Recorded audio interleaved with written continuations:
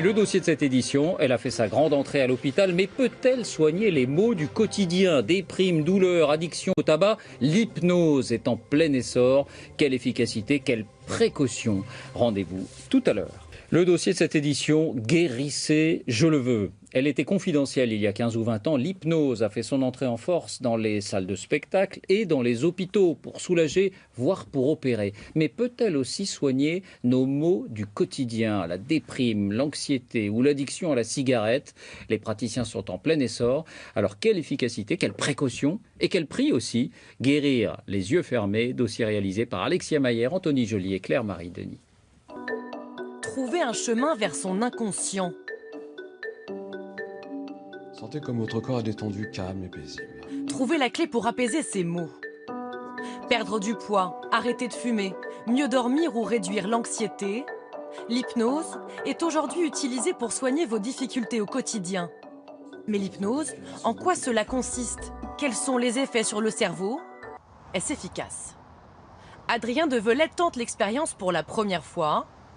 Son but, arrêter de fumer. Je m'étais fixé la barre des 25 ans pour arrêter et j'ai plus que 6 mois. Ce qu'on va faire, c'est déprogrammer justement ce que vous avez appris. Parce qu'on ne naît pas fumeur, mais on apprend à devenir fumeur. Et vous allez tout simplement fermer vos yeux délicatement, tranquillement. Profonde inspiration et expirez profondément.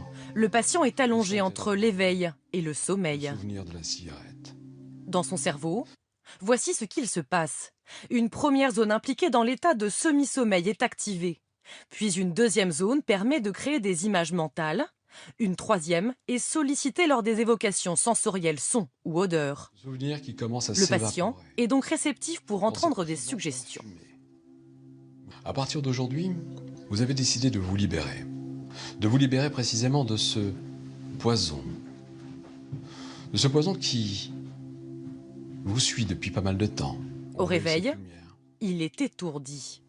Cette lumière qui vous... Ce poison qu'on appelle le tabac. On m'a inséré dans l'esprit en fait des images associées à la cigarette. Sans en avoir le goût, j'avais cette sensation très désagréable de dégoût, de nausée. C'est une sensation qui me restera, je pense. Une addiction peut-elle être vraiment guérie par l'hypnose? Selon le docteur Amine Benyamina, cela fonctionne. Et très souvent, pour pouvoir avoir des résultats, il faut de la motivation et puis être acteur du changement que l'on désire au fond de soi. Voilà, merci d'avoir suivi ce journal.